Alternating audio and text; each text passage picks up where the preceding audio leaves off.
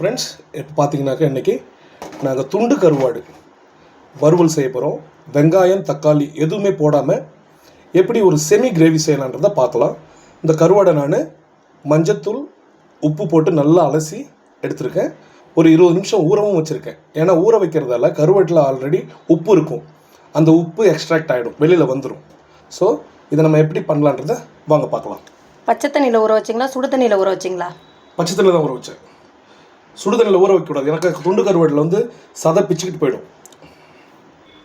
பாருங்கள் ஃப்ரெண்ட்ஸ், நான் ஒரு டிஃப்ரெண்ட்டான முறையில் செய்கிறேன். ஃபஸ்ட்டு கடாயில் எண்ணெயை விட்டுடுறேன். ஆனால் நான் என்ன ஸ்டவ்வை பற்ற வைக்கல, எண்ணெயை விட்டுட்டேன். வீட்டு மிளகாய் தூள் ஒரு 2 டீஸ்பூன் எடுத்துக்கிறேன்,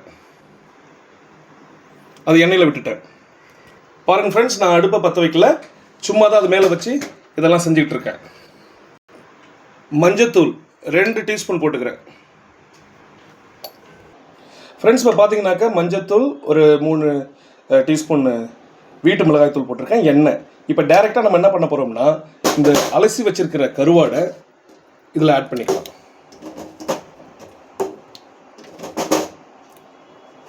ஆட் பண்ணிவிட்டு இந்த மசாலா எல்லாம் உள்ளே இறங்குறதுக்கு நல்லா கிண்டி வச்சுக்கோங்க.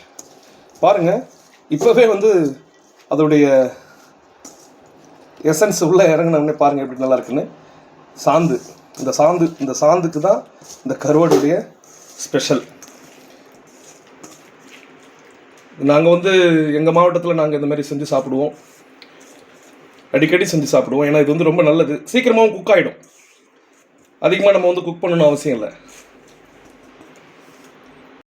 ஃப்ரெண்ட்ஸ், கருவாட்டிலே உப்பு இருக்கும், அதனால் கொஞ்சமாக நான் சால்ட் ஆட் பண்ணிக்கிறேன்.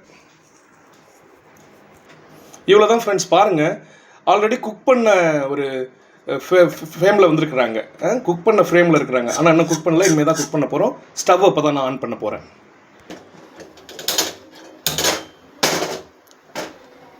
ஸ்டவ் ஆன் பண்ணியாச்சு, எடுத்து மேலே வச்சிடலாம். ஒரு சின்ன டம்ளரில் 1 டம்ளர் அளவு தண்ணி விட்டுருக்கேன், நல்லா கொதிச்சு வரட்டும். பாருங்கள் எவ்வளோ அருமையாக வெந்து வந்துட்டாங்கன்னு. என்ன பார்க்குறீங்களா, உருளைக்கிழங்கு கிடக்குன்னு. என்றைக்குமே துண்டு கருவாடில் உப்பு ஜாஸ்தியாக இருக்கும். அதனால் நான் என்ன பண்ணியிருக்கேன், ஒரு உருளைக்கிழங்கு எடுத்து 4-3 வெட்டி உள்ளே போட்டிருக்கேன். இப்போ கருவாடில் கொஞ்சம் கூட உப்பு இல்லை, நார்மலாக இருக்குது உப்பு. நார்மலாக நம்ம செஞ்சு சாப்பிட்ற அளவுக்கு உப்பு இருக்குது.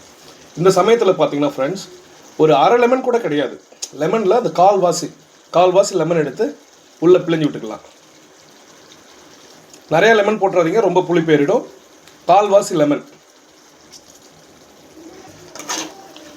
பாருங்கள் ஃப்ரெண்ட்ஸ், எந்த அளவுக்கு கிரேவி மாரி வந்துடுச்சு.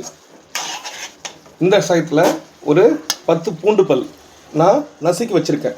இந்த பூண்டு பல் ஏன் ஆட் பண்ணுறேன்னாக்க, இது வந்து எக்ஸ்ட்ரா ஃப்ளேவரும் கொடுக்கும், எக்ஸ்ட்ரா ஃப்ராக்ரன்ஸும் கொடுக்கும், ஸ்மெல்லும் நல்லாயிருக்கும்.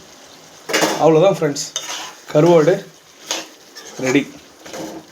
இந்த பதத்தில் வேணுன்றவங்க இந்த பதத்தில் எடுத்து சுடு சாதத்தில் போட்டு சாப்பிட்லாம். இல்லை எனக்கு டீப் ஃப்ரையாக வேணுன்றவங்க இன்னும் கொஞ்சம் நேரம் ஃப்ளேமில் வச்சு கிண்டி விட்டுட்டே இருந்தீங்கன்னாக்கா உங்களுக்கு இது இங்கே சுண்டி வருது பாருங்கள், இந்த மாதிரி எல்லாம் சுண்டி வந்துடுவாங்க. உங்களுக்கு ரொம்ப ட்ரையாக நல்லாயிருக்கும் சாப்பிட்றதுக்கு. என்னுடைய சமையல் பிடிச்சிருந்தா என்னுடைய சேனலுக்கு சப்ஸ்கிரைப் பண்ணுங்கள், ஷேர் பண்ணுங்கள், கமெண்ட் பண்ணுங்கள். மறக்காமல் நீங்களும் இந்த மாதிரி கருவாடு வாங்கி செஞ்சு சாப்பிட்டிங்கன்னா சொல்லுங்கள். நன்றி மக்களே.